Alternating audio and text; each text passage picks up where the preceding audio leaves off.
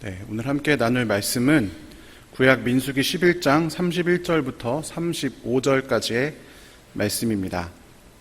민수기 11장 31절부터 35절까지의 말씀을 같이 봉독하도록 하겠습니다. 바람이 여호와에게서 나와 바다에서부터 메추라기를 몰아 진영 곁 이쪽 저쪽 곧 진영 사방으로 각기 하룻길 되는 지면 위 2규빗쯤에 내리게 한지라. 백성이 일어나 그날 종일 종야와 그 이튿날 종일토록 메추라기를 모으니 적게 모은 자도 10호멜이라. 그들이 자기들을 위하여 진영 사면에 펴 두었더라. 고기가 아직 이 사이에 있어 씹히기 전에 여호와께서 백성에게 대하여 진노하사 심히 큰 재앙으로 치셨으므로 그곳 이름을 기브롯 핫다아와라 불렀으니 욕심을 낸 백성을 거기 장사함이었더라. 백성이 기브롯 핫다아와에서 행진하여 하세롯에 이르러 거기 거하니라. 아멘. 오늘은 탐욕의 무덤이라는 제목으로 하나님 말씀을 나누고자 합니다.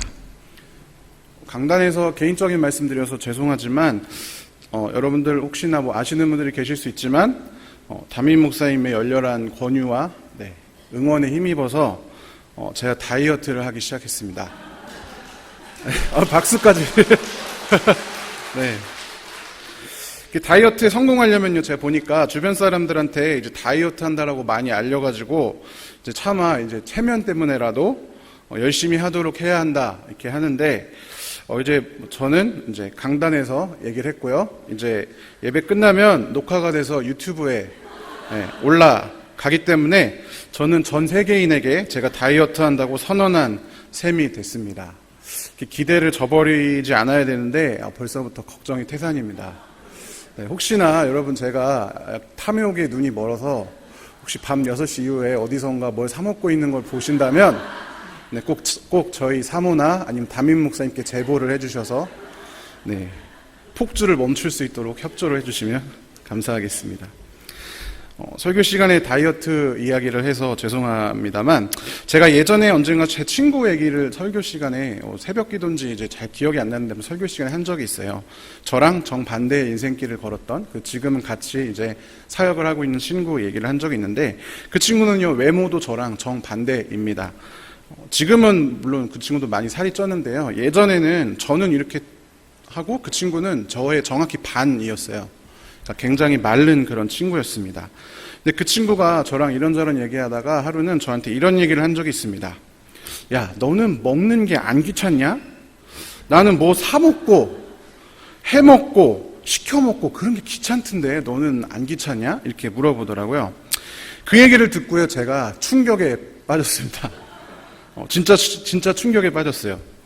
집에서는요, 제가 그때 결혼하기 전인데 밖에 놀다 들어와서 귀찮으면 씻지도 않고 잘 때도 있고, 방 청소 안 해가지고 귀찮다고 어지럽혀 놓고, 옷은 귀찮다고 개지도 않고 운동하려고 사놓은 그런 자전거 다 옷걸이로 쓰시잖아요. 거기에 옷을 이렇게 많이 쌓아 놓으시죠. 저도 그랬거든요. 자전거에 이제 옷을 걸어 놓고. 그렇게 했는데, 잘 생각해 보니까 제가 뭔가 먹고 싶은 게 있으면요, 집에 가다가 멀리 돌아가는 한이 있더라도 거기 들려서 먹을 걸 사가는 거예요. 버스 끊기, 심지어 버스가 밤이 돼가지고 버스가 끊기 시간이 다 됐어도 그거 하나 사 먹으려고 가가지고 사고 버스 타려고 뛰고 버스가 끊겨가지고 걸어간 적도 있어요. 살찌는 데는 다 이유가 있습니다, 여러분. 그 얘기를 듣고 제가 충격을 받았어요. 제가 그 이후로 식탐이라고 하는 말을 이렇게 나름대로 정의를 합니다. 맛있는 것을 먹기 위해서 어떤 수고로움도 개의치 않는 것을 제가 식탐이라고 개인적으로 정의를 했습니다. 그런데 여러분, 오늘 함께 읽었던 본문의 이스라엘 백성들도요, 이러한 식탐을 부렸습니다. 오늘 본문에 보면 이스라엘 백성들이 하나님께서 보내주신 메추라기를 모으는 장면이 나옵니다. 오늘 본문 중에서 특별히 31절, 32절의 말씀을 세번역 성경으로 같이 한번 읽어보도록 하겠습니다. 주님께서 바람을 일으키셨다. 주님께서 바다 쪽에서 메추라기를 몰아 진을 빙 둘러 이쪽으로 하룻길 될 만한 지역에 떨어뜨리시어 땅 위로 2자쯤 쌓이게 하셨다. 백성들이 일어나 바로 그날 온종일 그리고 밤새도록 그리고 그 이튿날도 온종일 메추라기를 모았는데 적게 모은 사람도 10호멜은 모았다. 그들은 그것들을 진 주변에 널어 놓았다. 어떻습니까? 여러분 보시면 하루 온종일 그리고 밤새도록 그리고 그 이튿날도 온종일 이들은 오로지 고기를 조금 더 많이 먹겠다는 일념으로 하루 종일 쉬지도 않고 메추라기를 모았습니다. 쉬지도 않고 1박 2일 동안 메추라기를 모아서 얼마나 모았을까요? 본문에 보면 적게 모은 사람도 10호멜은 모았다 이렇게 기록이 되어져 있습니다. 그런데 호멜이라고 하는 이 단위가 굉장히 중요한데요. 한 호멜은 원래 호멜이라는 말은 당나귀라는 뜻입니다. 한 호멜은 나귀 한 마리에 실을 수 있는 짐의 한 개치를 의미하는 그런 단위입니다. 그래서 보시면 여기 그림이 있지만 현재 1호멜, 우리가 추측한데 1호멜을 약 220리터에서 230리터 사이로 추정을 합니다. 220리터요. 근데 그 쌀로 바꾸면 한 가마 반 이 정도가 딱 한 호멜입니다. 어마어마하죠. 한 호멜 자체도 큽니다. 그런데요, 아까 보니까 적게 모은 자도 10호멜은 모았다 이렇게 기록이 되어 있습니다. 그러니까 이스라엘 백성들 한 사람당 2200리터에서 2300리터 쌀로 하면은 15가마 정도 되는 분량을 1박 2일 동안 메추라기를 모은 것입니다. 엄청난 양이죠. 네. 그리고 아까 보니까 이스라엘 백성들이 진 주변에 그것들을 널어 놓았다라고 기록이 되어져 있습니다.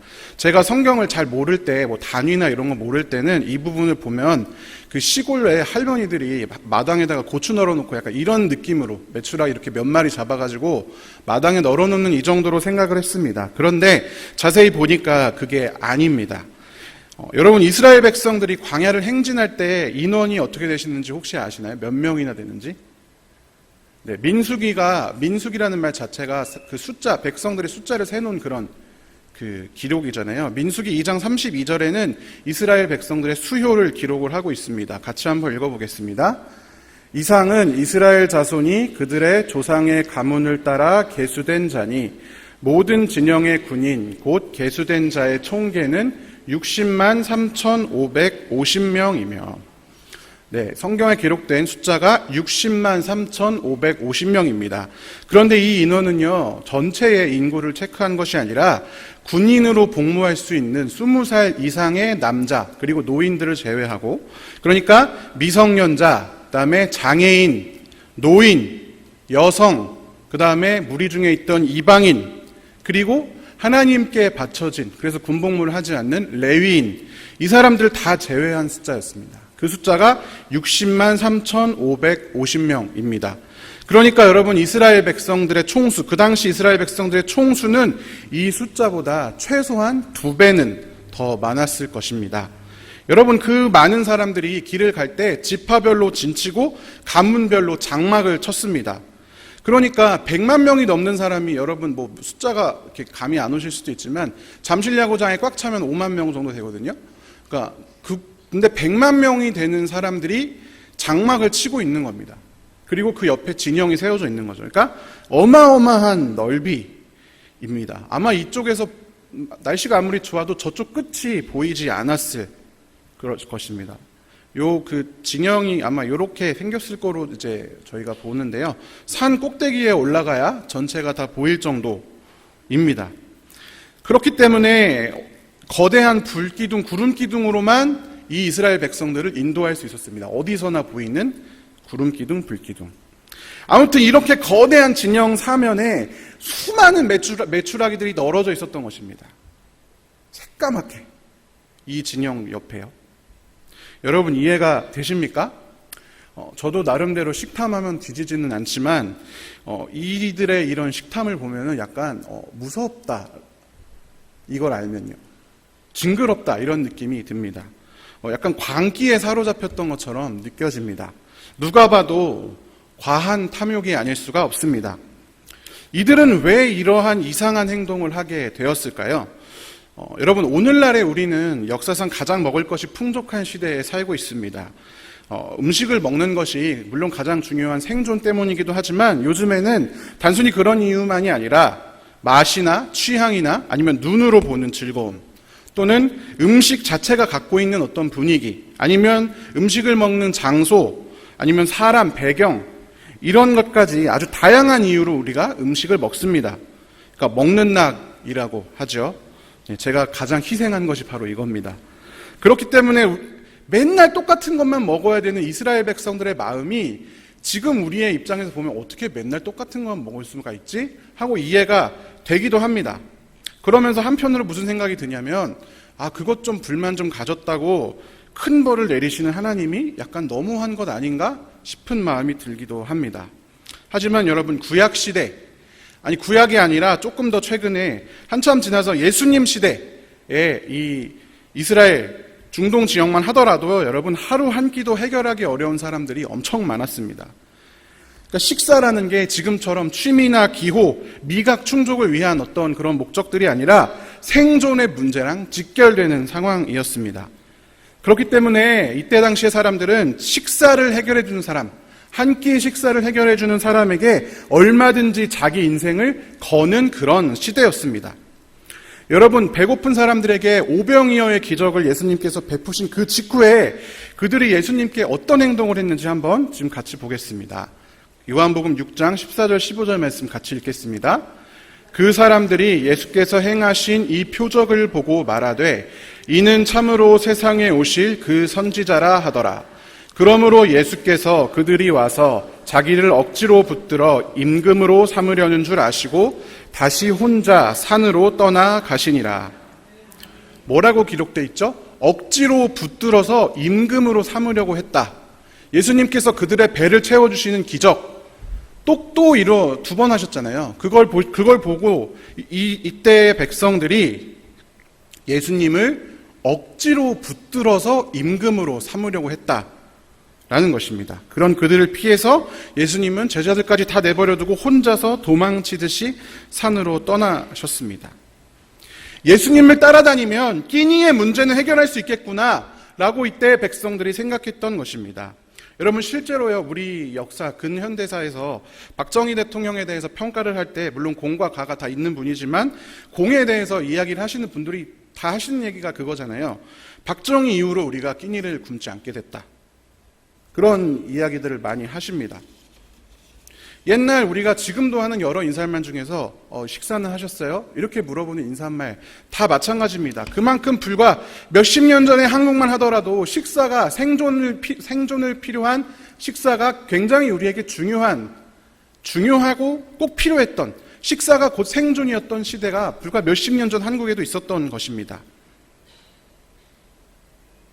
이러한 점에서 여러분 마태복음 6장에 나오는 주기도문에서 말하는 일용할 양식 단순한 감사가 아니라 생존을 위한 간구였던 것이죠.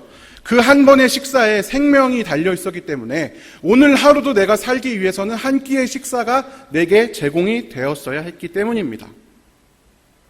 그런데 출애굽해서 광야로 나온 이 이스라엘 백성들 역시 같은 문제에 직면해 있었습니다. 광야는 여러분 다 아시다시피 경작을 통한 자급자족도 안 되고 사냥이나 낚시를 통하여서 아니면 채취 활동을 통해서 식량을 조달하는 것도 불가능한 그야말로 황무지입니다. 태어나서 처음으로 광야를 마주한 이스라엘 백성들은 곧 자신들의 처지를 깨달았습니다. 그리고 그들을 여기까지 이끈 모세와 아론에게 불평을 토해냅니다. 출애굽기 16장 2절 3절의 말씀을 같이 읽겠습니다. 이스라엘 자손 온 회중이 그 광야에서 모세와 아론을 원망하여 이스라엘 자손이 그들에게 이르되 우리가 애굽 땅에서 고기 가마 곁에 앉아있던 때와 떡을 배불리 먹던 때에 여호와의 손에 죽었더라면 좋았을 것을 너희가 이 광야로 우리를 인도해내어 이 온 회중이 줄여 죽게 하는도다. 아멘. 무슨 말입니까 여러분? 우리나라 옛날 속담 중에 이런 말 있죠. 먹다 죽은 귀신이 때깔도 좋다. 네. 차라리 거기서 그냥 애굽 민족에게 착취당하다가 죽든지 아니면 하나님께 불순종해서 그 죄로 인해서 죽든지 어쨌든 차라리 그냥 애굽에서 배불리 먹다가 죽는 게 낫지 왜 여기까지 우리를 끌고 와가지고 굶어 죽게 하느냐 왜 밥도 안 주고 이렇게 만들었느냐 라고 항의를 한 것입니다. 이러한 상황에서 하나님께서 우리가 다 알듯이 만나라는 수단을 통해서 이스라엘의 생존의 문제를 해결하셨습니다. 16장 4절의 말씀을 같이 읽겠습니다. 그때 여호와께서 모세에게 이르시되 보라, 내가 너희를 위하여 하늘에서 양식을 비같이 내리리니 백성이 나가서 일용할 것을 날마다 거둘 것이라. 이같이 하여 그들이 내 율법을 준행하나 아니하나 내가 시험하리라.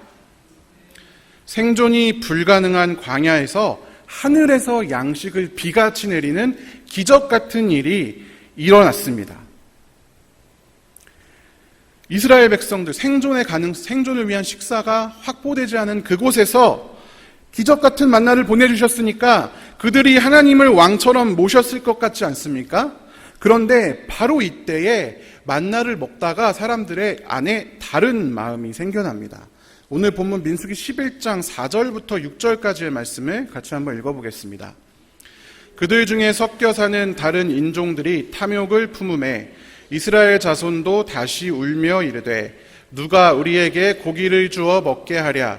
우리가 애굽에 있을 때에는 값없이 생선과 오이와 참외와 부추와 파와 마늘들을 먹은 것이 생각나거늘 이제는 우리의 기력이 다하여 이 만나 외에는 보이는 것이 아무것도 없도다 하니. 여기서 눈여겨보아야 할 단어가 탐욕이라고 하는 단어입니다. 먼저 그 만나를 먹다가 계속 만나를 먹던 중에 이스라엘 백성 중에 섞여 사는 어떤 다른 인종들이 탐욕을 품었습니다. 그리고 그 탐욕이 금방 이스라엘 백성에게 전염이 되었습니다. 그들은요, 아마 만나가 지겨웠던 것 같습니다. 매일 내리는 은혜의 기적이 당연하게 여겨지고 그것이 일상처럼 느껴지기 시작한 것입니다. 생존의 문제가 해결되기 전에는 그저 먹을 것이 나에게 가장 필요한 것이고 먹을 것만 제공된다면 그 누구라도 왕으로 세울 수 있을 정도로 그게 그렇게 갈급했는데 그것이 채워지자마자 바로 다른 욕심이 또아리를 틀고 생겨나는 것입니다. 만나뿐이잖아. 지겨워 죽겠어. 고기가 먹고 싶어. 몇몇 이방인들에게서 시작된 탐욕이 금세 이스라엘 백성들에게 퍼지고 그 마음이 커져갑니다. 결국 다시금 하나님께 원망의 말을 내뱉는 것입니다. 애굽에 있을 때는 값없이 생선, 오이, 참외, 부추, 파, 마늘 이런 거 먹고 살았는데 이제 보이는 건 만나밖에 없잖아요. 그런데 여러분, 애굽에 있을 때 종살이하던 사람들이 어떻게 이것들을 값없이 먹었겠습니까? 애굽에 있을 때 값도 없이 먹고 살았다는 말 자체도 과장이지만 이스라엘 백성의 이 말에는 심각한 문제가 하나 더 있습니다. 출애굽한 이스라엘 백성들이 조금만 어려운 일이 닥칠 때마다 입에 달고 살았던 말이 뭔지 아십니까? 협박처럼 하나님과 모세에게 일삼고 말았던 말이 무엇입니까? 바로 애굽 땅이 더 나았어. 차라리 애굽 땅으로 돌아가겠어. 라고 하는 이 말입니다. 그런데요, 여러분, 이 말은 우리가 요즘 새벽에 출애굽기 강해를 하고 있지만 하나님께서 모세와 아론을 부르시고 그들을 애굽 땅으로 인도하시고 10가지 재앙의 기적과 홍해를 가르는 기적, 그 외에 여러 놀라운 기적들을 통해서 이스라엘 백성들을 이날 이때까지 이끄신 출애굽 사역을 무르자는 얘기입니다. 그냥 거기가 좋으니까 갈래요가 아니라 하나님이 그렇게 했던 그 모든 역사 물러주세요라는 얘기입니다. 그렇게 애를 써서 종살이에서 해방을 시켰는데 차라리 나는 종이 좋아, 나는 종살이하던 그때가 좋아, 이렇게 이야기하고 있는 것입니다. 그것이 왜 심각한 문제입니까? 하나님께서 이스라엘 백성들과 약속하셨잖아요. 하나님, 너희가 내 백성이 되어서 온 세계를 향한 하나님의 구원의 역사를 이루어 가야 한다. 너희는 내 자녀다. 나의 소유된 백성이다. 서로 약속했는데 그 약속을 파기하겠다는 불순종의 선언해버린 것입니다. 매일 주시는 은혜를 당연하게 여기기 시작한, 매일 주시는 하나님의 호의를 당연하게 여기기 시작한 그 순간부터 탐욕이 싹트기 시작하고 금방 하나님께 대적하고 완전히 반역해버리는 그러한 일까지 치달아 버리는 것입니다. 만나는 단순한 생존수단, 한 끼 식사, 그 이상의 의미를 가지고 있습니다. 여러분, 출애굽기 16장 12절의 말씀을 같이 읽어보겠습니다. 내가 이스라엘 자손의 원망함을 들었노라. 그들에게 말하여 이르기를 너희가 해질 때에는 고기를 먹고 아침에는 떡으로 배부르리니 내가 여호와 너희의 하나님인 줄 알리라 하라 하시니라. 만나 그리고 메추라기는요, 아무것도 얻을 수 없는 광야 한가운데에서 하나님이 보내주신 이 한 끼 식사는 그냥 한 끼를 채우는, 생존을 채우는 그런 수준에서 더 넘어서서 나는 하나님의 도움이 없이는 한순간도 생명을 유지할 수 없는 존재다. 하나님이 우리 하나님이다. 라는 신앙 고백이 담겨있는 식사입니다. 하나님과의 관계가 담겨있는 식사라는 것입니다. 만나와 메추라기를 통해서 하나님께서는 이스라엘을 이끌어내신 분이 그저 멀리 있는 존재가 아니라 우리와 함께 식사하고 우리의 먹이를 위해서 애쓰시는, 우리와 관계를 맺고 계시는 하나님임을 기억하도록 하셨던 것입니다. 그렇기 때문에 이스라엘 백성들은 만나와 메추라기를 먹으면서 하나님과 자신들의 관계를 끊임없이 기억해야 했던 것입니다. 그런데 그들이 하나님의 호의를 당연하게 여기는 순간, 하나님께서 매일 베풀어 주시는 기적의 은혜를 당연하게 여기는 순간 행복했던 식사가 가장 불행한 시간이 되어버리고 만 것입니다. 기적 같은 만나와 메추라기, 그것이 그들에게 당연히 여겨지고 탐욕이 눈을 가리워서 마늘과 부추와 파, 고기를 찾기 시작한 그 순간 그들의 마음 가운데 하나님의 하나님됨이 잊혀져 버린 것입니다. 그분이 베푸신 식사가, 그분이 베푸신 한 끼 식사가 당연히 여겨진 그 순간 욕심 때문에 하나님과의 관계가 완전히 깨어져 버린 것입니다. 굳이 하나님 얘기를 하지 않더라도 여러분, 세상에 당연한 것은 없습니다. 엄마니까, 아빠니까, 자식이니까, 가족이니까, 어른이니까, 교회니까 무조건적으로 헌신하고 무조건적으로 참고 무조건적으로 베풀기를 강요하면 안 됩니다. 우리가 당연하게 생각하는 부모의 사랑, 여러분 여기 계신 대부분이 부모님이시지만 엄청난 수고로 이루어진 것 아니겠습니까? 우리는 하나님이 아니기 때문에 우리 마음에는 감정이나 여러 가지 한계가 있습니다. 그렇기 때문에 부모나 아이나 아니면 서로 관계하는 사이에서 누군가가 누군가의 호의를 당연히 여기는 순간 그게 서운해지고 섭섭해지고, 그리고 당연하게 생각하는 순간이 다른 사람에게 상처를 너무나 쉽게 입히는 상황이 발생을 하는 거죠. 왜? 호의를 당연하게 생각하는 순간 욕심이 생기기 때문입니다. 자기를 아껴주는 이들의 호의를 당연히 여기지 않고 그것에 충분히 감사할 줄 아는 좋은 관계를 기대하는 사람이 우리가 굳이 하나님 얘기 되지 않더라도 인간 세상 살아가면서 해야 되는 것 아니겠습니까? 하나님과의 관계 역시도 마찬가지라는 것입니다. 생과 사의 갈림길에서 이스라엘 백성들을 구원하셨던 그 역사가 당연하게 여겨진 순간 그들의 마음 가운데 탐욕이 싹트고 하나님과의 관계가 깨어졌습니다. 한번 깨어진 관계, 한번 물들은 탐욕은 주체할 수 없을 정도로 그들을 몰아갔습니다. 이성적으로는 도무지 이해할 수 없는 탐욕에 사로잡혀서 미친 듯이 메추라기를 사냥하고 또 사냥하고 다 먹어 치울 수도 없을 만큼 한 사람이 수천 마리씩 잡아다가 넓은 들판에 새까맣게 널어놓았던 것입니다. 광란의 1박 2일이 지나고 나서 이스라엘 백성들이 그 모습을 보면서 어떻게 생각을 했을까요? 어떤 감정을 느꼈을까요? 성경 해석의 추측이라는 건 의미가 없지만 그냥 제가 거기 있었다면 당혹스러웠을 것 같습니다. 왜 이렇게까지 했을까? 참담함을 느끼진 않았을까요? 그런데 여러분, 이게 우리가 하나님과의 관계에서 너무나 쉽게 빠져버리는 일이라는 것입니다. 매일 주어지는 은혜를 잊어버리고 십자가의 은혜를 당연하게 생각하고 거기서부터 일은 시작됩니다. 왜냐하면 하나님께서 내게 베푸신 은혜가 당연하게 생각되는 순간 하나님이 필요가 없어져 버리기 때문입니다. 그때부터 도무지 이해할 수도 없이 죄에 빠져듭니다. 출발은 아무것도 아닌 것일 수 있지만, 여러분 솔로몬도 죄를 짓기 시작할 때 어땠는지 아십니까? 하나님의 성전을 짓고 나서 그것보다 조금씩 더 크게 자신의 왕궁을 짓기 시작했습니다. 그때부터 그의 마음에 죄악이 싹트고 있었던 것입니다. 지혜로웠던 솔로몬이 탐욕에 빠져든 것이 순식간이었습니다. 왜 그렇습니까? 자신이 왕이 된 것을 하나님의 은혜로가 아니라 내가 왕인 게 당연하지 이렇게 여기기 시작했기 때문에 내가 왕이니까 왕궁 그 정도로 좀만 더 지어도 되지, 그건 당연한 거지, 이렇게 생각하기 때문입니다. 이스라엘 백성들의 탐욕, 호의를 당연하게 여기고 그로부터 관계를 깨버리기 시작한 그 결과가 무엇입니까? 그 결과는 무서웠습니다. 오늘 민수기 11장 34절에 보면 기브롯 핫다아와라고 하는 지명이 기록되어 있습니다. 그런데요, 그것은 그 뜻이 있습니다. 같이 뒤에 민수기 11장 34절을 세 번역으로 같이 한번 읽어보겠습니다. 그래서 그곳을 탐욕의 무덤이라고 불렀다. 그것은 고기에 대한 탐욕을 가진 사람들을 거기에 매장하였기 때문이다.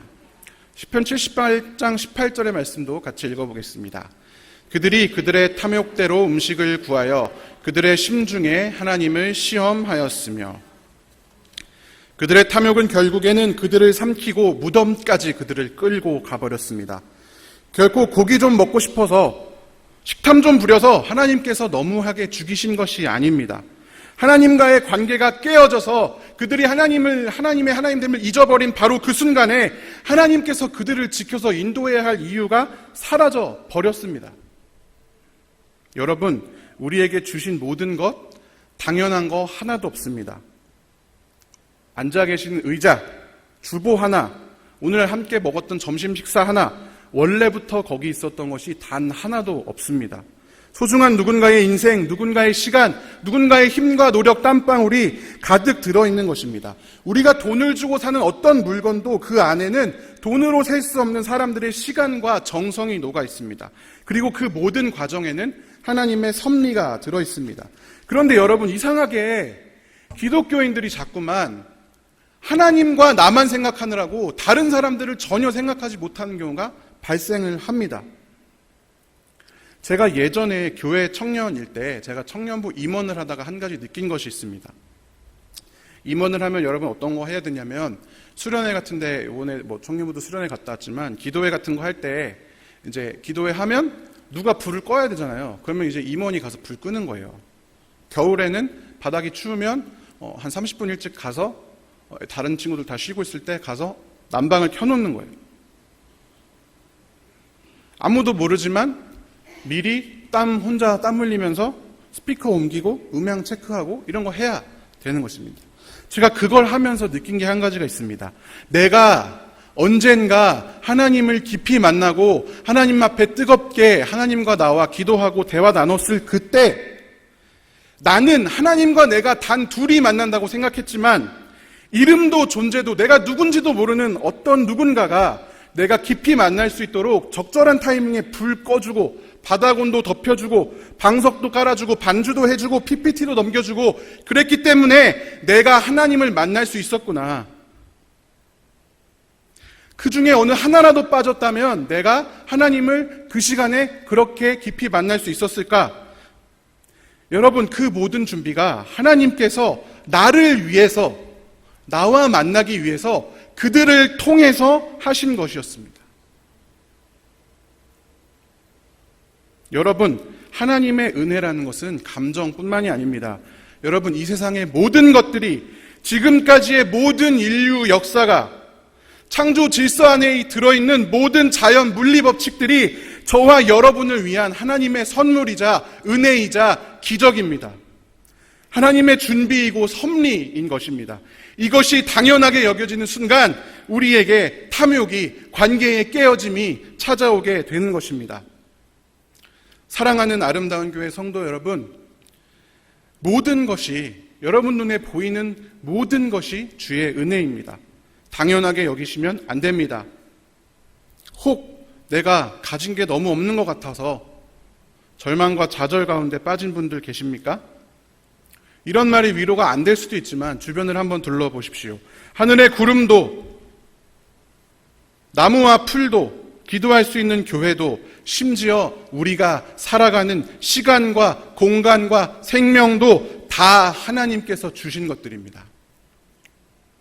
끝내 우리를 무덤까지 끌고 가고자 하는, 호의를 당연하게 생각하고 관계를 깨는 무서운 그 탐욕, 거기에서 벗어나서 오늘도 감사 가운데 승리하며 살아가는 귀한 성도 여러분 되시기를 주님의 이름으로 간절히 축원합니다.